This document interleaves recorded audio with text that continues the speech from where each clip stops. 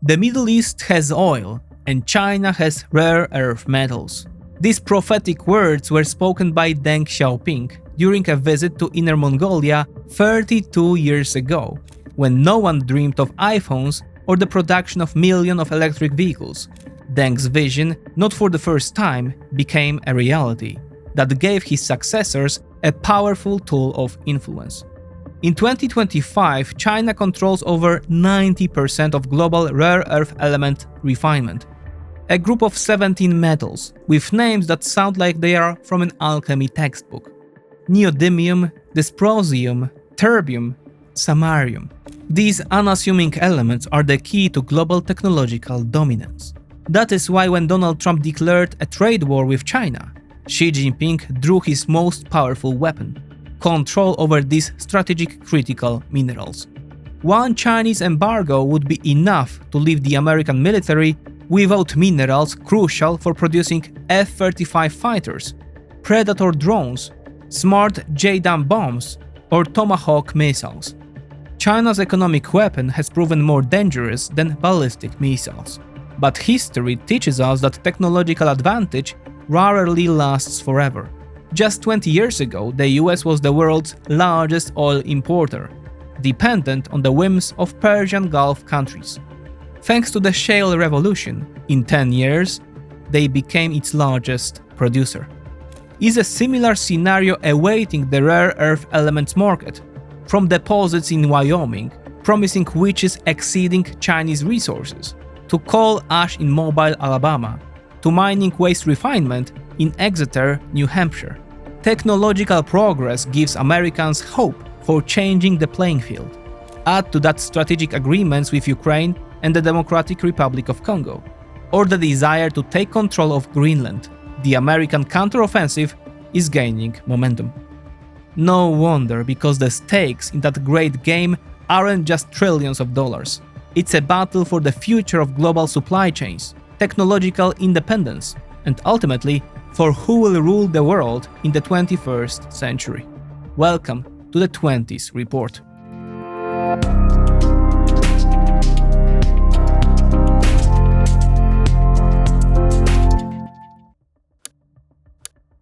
Now here is something that helps your body fight back. Flavonols in cocoa. Studies show they stimulate stem cells to come out your bone marrow. These stem cells enter your bloodstream and go wherever healing is needed. Your heart, liver, skin, you name it. But don't just take it from me. Let me show you a clip from Harvard scientist Dr. William Lee that backs this up. Do foods stimulate stem cells? And the answer is yes. The first one I want to show you is cacao or chocolate. It turns out that studies have been done where if you take flavonols and make a hot chocolate out of it, and you drink it just twice a day, 2 cups a day, for 30 days, you can start by measuring your stem cells, and this is from 16 subjects, and you can make the stem cell levels go up. A larger study, 20,000 people in Germany, showed that those who ate 7.5 grams of chocolate per day lowered the risk of heart attack or stroke by 39%. It's not the dairy in the chocolate, it's not the sugar in the chocolate, it is that natural chemical in cacao. Great taste, real benefits, no sugar, 20 calories. Do you experience aging, slow recovery, or weak immunity? Blame lazy stem cells. This isn't your average cocoa. It's a stem cell power-up. Cocoa flavonols activate them, and studies show 100% plus stem cell circulation increase. Meanwhile, Hollywood elites pay up to $40,000 for stem cell injections. Instead of this, cocoa powder naturally supports your body's stem cell production. Black Forest gives you 50% off next 48 hours. Usually it sells out, so grab it now. Check the link below and stock up before it's gone.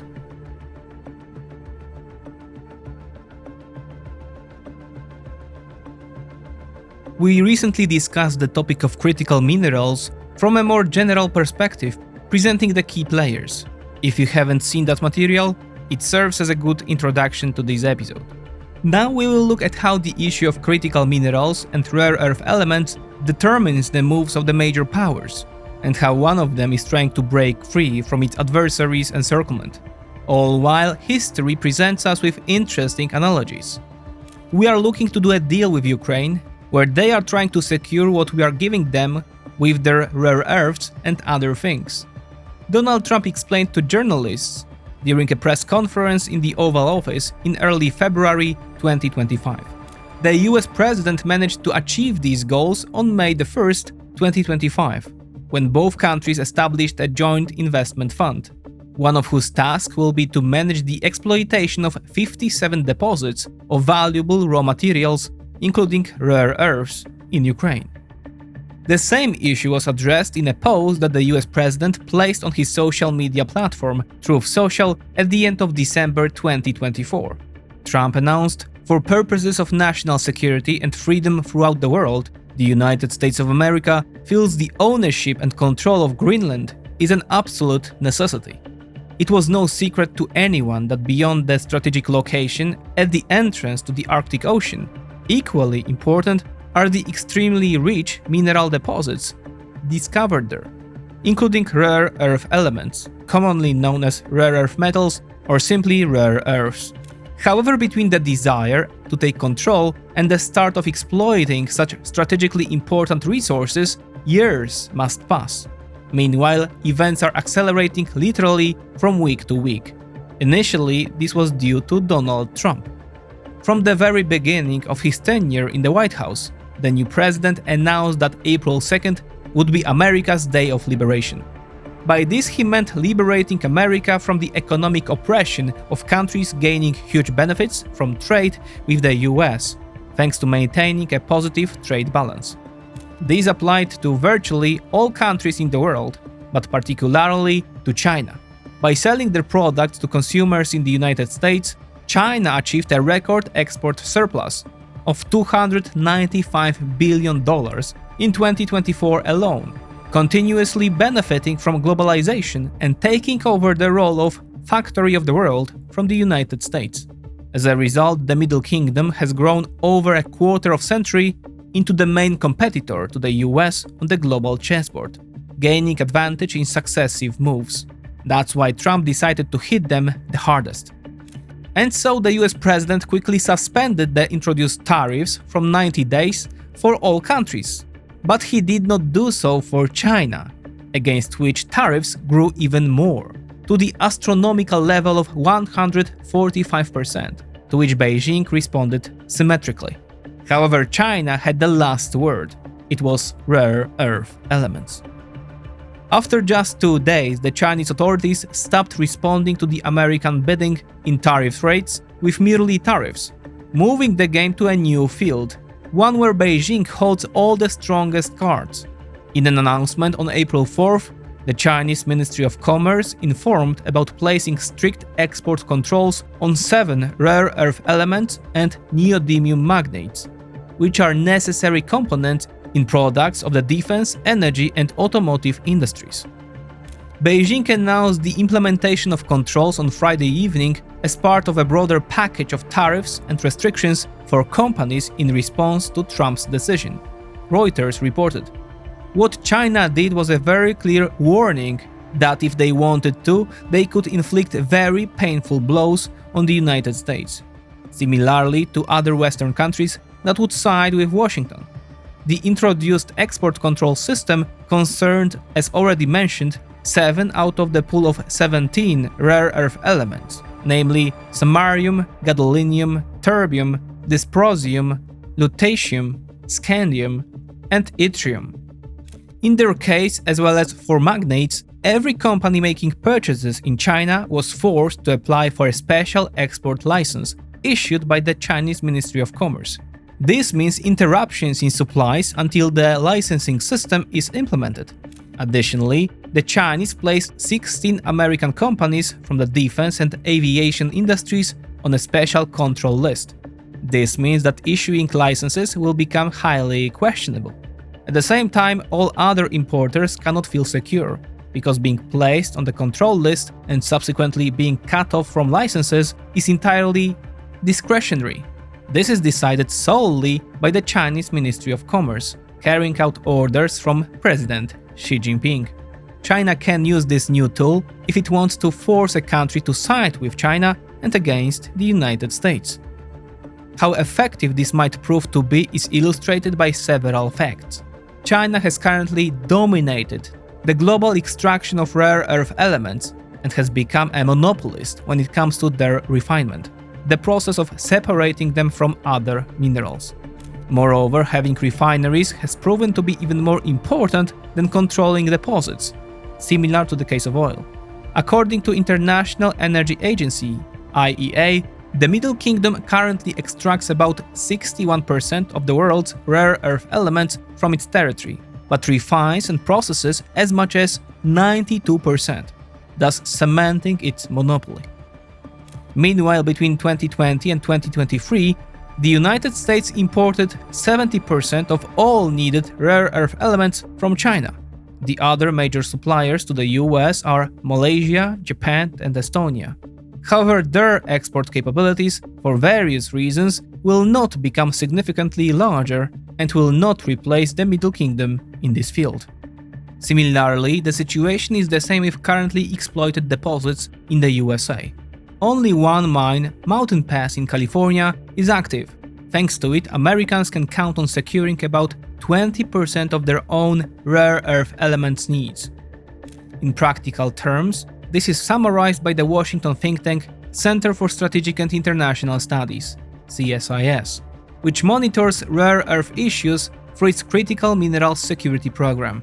Without access to these elements, the American defense industry cannot continue production of, among other things, F-35 fighters, radar systems, Predator drones, guidance packages for Joint Direct Attack Munition (JDAM), or Tomahawk missiles.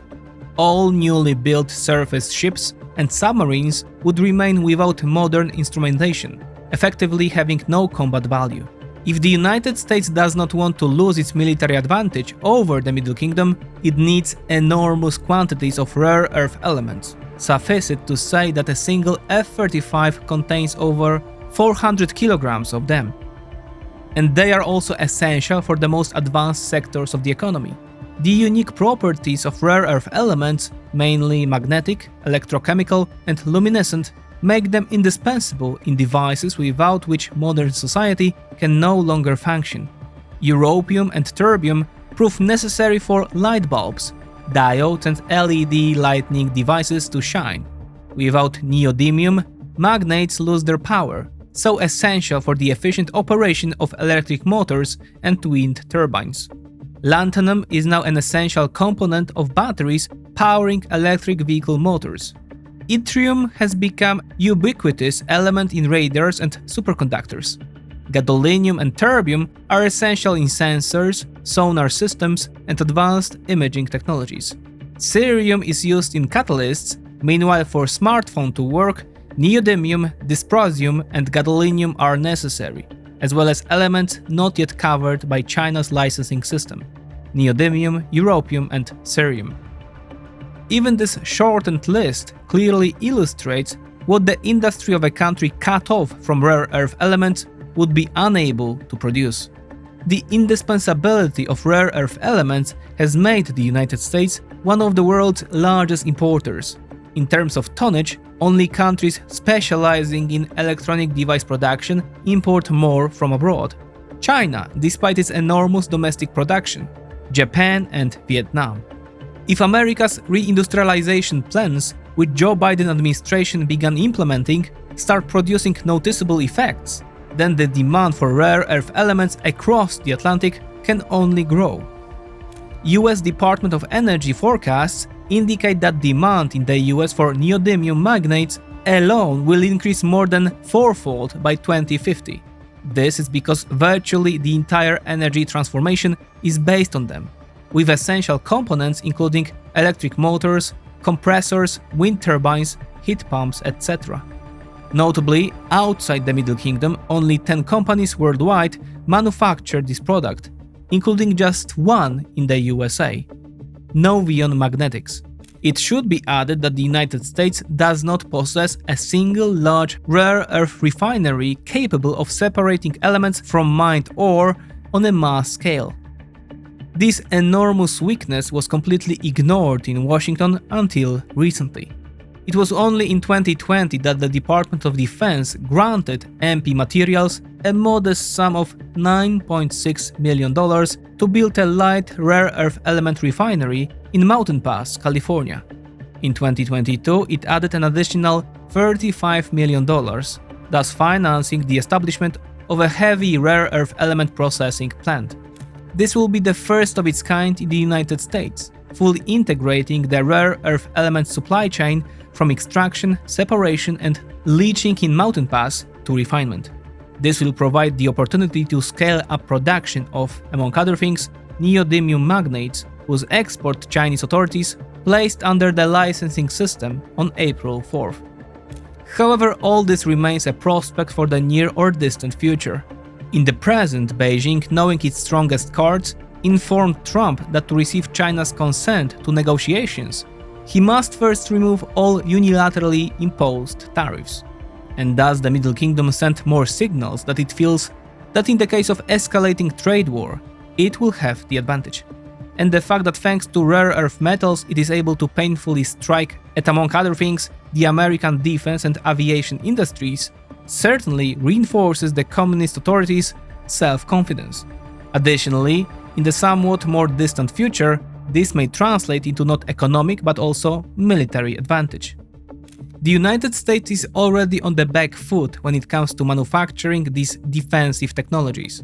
China is rapidly expanding its munitions production and acquiring advanced weapon systems and equipment at a pace 5 to 6 times faster than the United States, warns Gracelyn Bhaskaran, director of the Critical Minerals Security Program at CSIS. Further bans on critical minerals inputs will only widen the gap, enabling China to strengthen its military capabilities more quickly than the United States, adds Bhaskaran. The Middle Kingdom's acquisition of a lasting military advantage over the United States would mean a permanent end to American global hegemony, and would open the field for China to expand not only economically, in ways that would not stop at Taiwan. Alternatively, it could bring humanity World War III, if the former hegemon and the pretender to that role decided that it was no longer worthwhile to back down even one step from their collision course, fearing that if they did, they would suffer defeat. Rare earth metals have begun to play one of the key roles in this global game. The Middle East has oil, and China has rare earth metals, declared Deng Xiaoping during a visit to Inner Mongolia in 1992. The then leader of the People's Republic of China, similar to his economic reforms that he prescribed for his poor country, proved to be a brilliant visionary. When he spoke those words, 38% of global rare earth element production was accounted for by China, 33% by the United States, 12% by Australia, and 5% each by Malaysia and India. The largest rare earth mine on the globe at the time was the already mentioned Mountain Pass mine in California. The US demand for rare earth was fully satisfied by domestic producers. 15 years passed, during which the world consumption of the 17 minerals nearly doubled, and suddenly the West realized that China had concentrated more than 90% of their global production in its hands. In 2011, it was even 97%. After that, the Chinese government also began limiting the number of Chinese foreign joint ventures that could export rare earths from China. Beijing managed to secure a monopolist position because for 15 years it flooded the global market with cheap rare earth ore mined in China. This eliminated competitors and monopolized the entire production chain, from extraction and refinement of rare earths to the manufacturing of finished products, such as neodymium magnates. The Mountain Pass mine, crucial for the United States, went bankrupt and was closed in 2002. The White House, after the attack on the World Trade Center, was so occupied with the war on terrorism and Iraq that it didn't even notice the real threat to the future of the United States. The alarm bell only rang in 2010. At that time, a conflict escalated between Japan and China over the uninhabited Senkaku Islands, located in the East China Sea, about 170 kilometers from Taiwan. They were strategically important because in their vicinity underwater oil deposits were discovered. On September 7th, a Chinese fishing boat was detained by Japanese Coast Guard vessels off the coast of the Senkaku Islands. Its captain was arrested. Beijing responded with a series of threats and decided to use its ace in the hole, rare earth elements.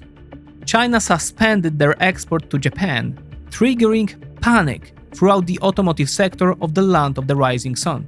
On world markets, prices of rare earths skyrocketed tenfold. Tokyo quickly returned the boat and released the prisoner. At the same time, the Japanese government began implementing a program aimed at reducing dependence on rare earth element supplies from China. It consisted of 5 pillars. First, they began developing technologies in which rare earths proved unnecessary. Second, they found alternative, more readily available minerals. Third, they developed recycling from used devices. Fourth, they invested in building rare earth mines in Australia. And finally, they began accumulating, continuously expanding strategic reserves of rare earth elements. This package of actions resulted in Japan's dependence on Chinese rare earths falling from 90% at the time of the incident to 60% currently. Meanwhile, the United States carelessly wasted a decade that had passed since the incident off the coast of Senkaku. Besides the lack of interest from successive administrations, this was also due to the tightening of regulations concerning environmental protection and mining.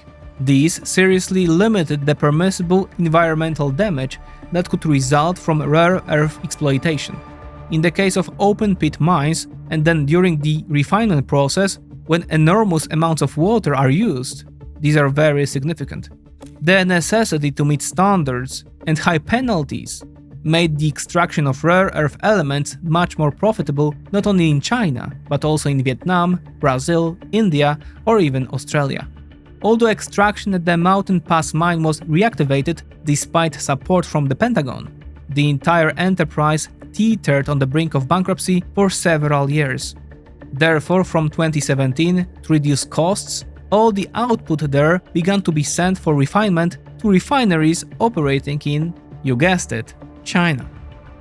It was only halfway through the Joe Biden administration in 2022 that the Department of Energy announced the allocation of $1 billion in support for projects aimed at searching for new rare earth element deposits in the United States and beginning their extraction. Soon, other government agencies began offering their own grants for these purposes. Americans were spurred to action by Beijing's first moves in response to President Biden's tariff policy, who successively began raising tariffs on, among other things, electric cars and batteries imported from the Middle Kingdom. Beijing, in retaliation, restricted the sale to US buyers of materials necessary for the production of tariffed products, including tungsten, antimony, germanium, and graphite.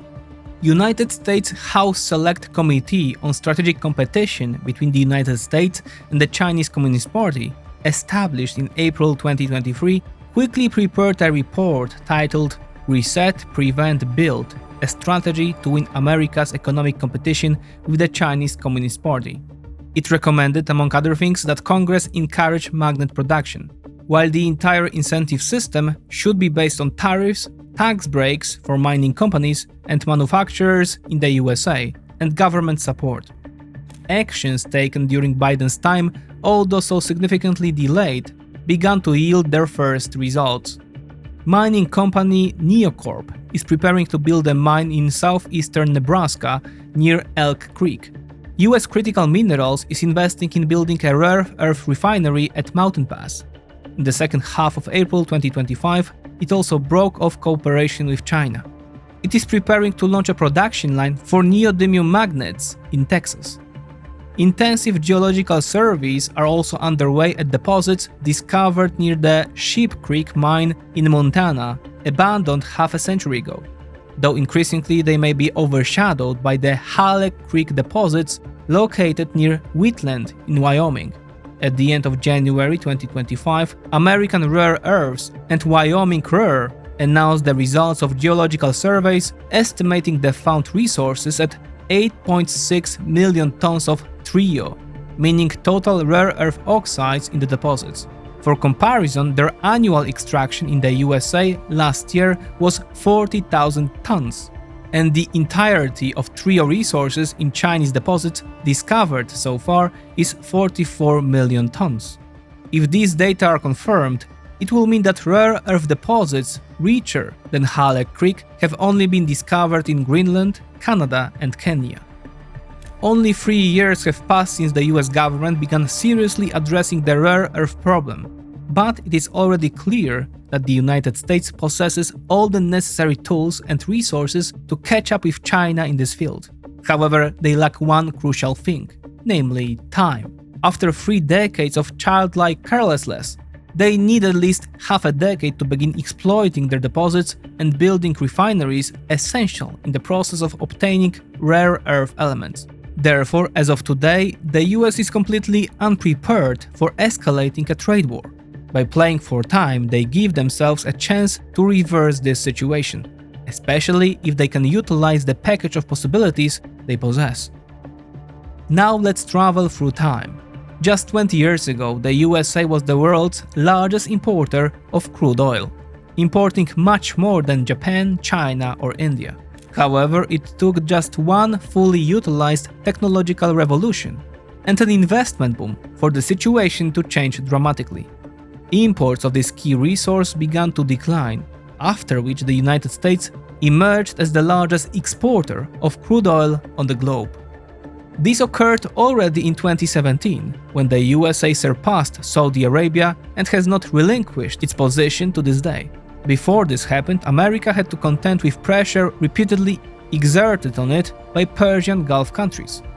The first oil crisis occurred in autumn 1973, when Egypt and Syria invaded Israel, and the USA provided its strategic ally with invaluable arms supplies. Arab states responded with an embargo cutting off oil to recipients from the United States and all other countries considered allies of Israel. The crisis shook the world economy and Americans' sense of security. In February 1974, President Gerald Ford, in his speech before Congress, warned the Persian Gulf states, saying that throughout history, countries have waged wars over natural resources such as water or food, as well as convenient land and sea communication routes. Washington went so far as threatening with war, because it was estimated that the oil fields exploited in the USA since the late 19th century could not significantly increase production. At the same time, alternative energy sources were a thing of the future. The ruler of Saudi Arabia, King Faisal, seeing that the USA, despite economic difficulties, would not abandon Israel and might fulfill their threats, decided to back down. And on March 18, 1974, Arab countries on his initiative lifted the embargo. Meanwhile, the United States decided aptly to counter the Arabs by strengthening ties with Iran. 5 years later, a revolution erupted there that overthrew the pro-American Shah, Mohammad Reza Pahlavi, and power in Tehran was taken over by anti-Western Ayatollahs, led by Ruhollah Musavi Khomeini. Then, at the end of 1979, USSR troops entered Afghanistan, and the world was hit by a second oil crisis, when Khomeini imposed an embargo on oil sales to Americans. In Washington, there was again a growing sense of threat stemming from fears that a coalition of hostile countries would permanently cut off the USA from a resource crucial to the American economy. Therefore, President Jimmy Carter, although not fond of the Saudis, decided it was time to strengthen relations with Riyadh. In the new military doctrine announced by the president on January 23, 1980, the United States took responsibility for defending order in the Persian Gulf region and protecting Saudi Arabia from Iran and the USSR. The expansion of American military bases there began. The USA started fulfilling all Saudi demands regarding supplies of modern weaponry. Because of oil, the USA had to remain constantly engaged in the affairs of Persian Gulf countries and ensure peace throughout the region, which proved to be an exceptionally difficult task. The United States in 1990 organized a grand coalition to recapture Kuwait from the hands of Iraq's ruler Saddam Hussein. 13 years later, The source of the Second Gulf War was the desire to finally bring order to this region of the world, which was a priority for Washington, so that Pax Americana would finally prevail there. As quickly as possible, because there was a firm belief then that peak oil was approaching, the moment when oil extraction from available deposits would no longer be increased, and its price would only rise. The United States, as the world's largest consumer of this resource, on whose territory peak oil had already occurred in 1971, felt a knife at its throat. Geological research conducted at the time clearly proved that American oil fields reached their maximum efficiency, and new ones were discovered with increasing difficulty. President George W. Bush Jr., using the pretext provided by the global war on terrorism, wanted to solve many problems with one brutal move, finally giving the USA, but also the entire West, guarantees that peace would prevail in the Persian Gulf, and no one would threaten oil extraction and its supplies anymore. Meanwhile, the overthrow of Hussein and taking control of Iraq brought Americans numerous problems, led by the necessity of costly occupation of that country and the birth of ISIS, which desired to transform the Middle East into a single Islamic state. Meanwhile, the seemingly unsolvable problem, generating an enormous threat to the economic future of the USA, began to solve itself. In 2002, the independent company Devon Energy from Oklahoma City conducted the first successful horizontal drilling, allowing gas to be washed out from bituminous shales using a special mixture of chemical substances. Thanks to the refinement of fracturing technology, small extraction companies successively increased the amount of natural gas obtained from shale deposits from 2007. Oil soon followed. The technological revolution coincided with a period of very high fuel prices, making it profitable to invest in exploiting even very deeply located shale layers. Just by 2018, according to Energy Information Administration, oil extraction from shale deposits was constantly growing, reaching over 7 million barrels per day. In the case of Russia and Saudi Arabia, daily production was then around 10 million barrels each. For the first time since the late 1960s, America entered the race for the leading position among oil producers, gradually catching up to and even surpassing not only Russia, but also Saudi Arabia. From the moment when the technological leap began to enable this, to the point where the USA began to dominate over competitors, more than 10 years had passed. Today, the United States is again gaining opportunities to reduce the distance in obtaining key minerals, this time separating them from China. And the raw materials agreement signed with Ukraine on May 1st is just one of them. In the pool of places on the globe rich in rare earth metal deposits, beyond Greenland and Ukraine, the Democratic Republic of Congo is increasingly attracting Washington's attention. Its president, Felix Tshisekedi, has been looking for allies since the beginning of 2025 who would help him stop rebel troops supported by Rwanda, which are taking over increasingly larger areas of the country. Therefore, on February 22, 2025, he informed American media that the Trump administration is interested in an agreement regarding rare earths and other strategic deposits. A day earlier, the African American Business Council, which deals with economic lobbying, presented to US Secretary of State Marco Rubio a memorandum outlining a possible economic and military partnership between the Democratic Republic of Congo and the United States. Although Donald Trump is pushing to reduce the American presence in Africa, Felix Tshisekedi struck perfectly at a sensitive chord for the American leader. A special White House envoy, Lebanese businessman Massad Fares Boulos, who knows Africa well, went to Rwanda. Privately, he is the father-in-law of Trump's daughter, Tiffany, after which on April 8th, he called in his official statement for Rwanda's ruler, Paul Kagame, to stop supporting partisans from the M23 movement and force them to lay down their arms, threatening US displeasure if Rwanda ignores this request. 2 weeks later, mining startup Cobalt Metals specializing in the exploration and extraction of critical raw materials, including rare earth elements, announced that it had begun preparations for deposit exploration in Congo. Somewhat earlier, Cobalt Metals obtained $500 million in funding from a group of powerful investors, led by Bill Gates and Jeff Bezos. The Democratic Republic of Congo is a country with the world's largest cobalt deposits, and is also rich in copper, tin, and gold. Each of these elements is essential in the modern, electricity-based world. In addition, there are Congolese rare earths, whose abundance has not yet been estimated, but is shaping up to be among the richest deposits on the globe. Thus, much indicates that the United States will not give up on Congo. However, this would mean becoming entangled in an attempt to guarantee stability to a state plunged in civil war and struggling with aggressive neighbors. In the long run, this portends even greater problems than those accompanying taking control of Greenland and possibly extracting rare earths in Ukraine. Moreover, Americans on site would be forced to compete with the Chinese, who are already strongly entrenched in Congo, which we discussed recently in the episode New Map of Critical Minerals. But what if again this is a problem that will solve itself, provided it receives sufficient attention in the form of funding and interest from the scientific community, just like in the case of oil? Because beyond discovering new, very rich deposits, technologies changing the rules of the game also began to appear as if on cue.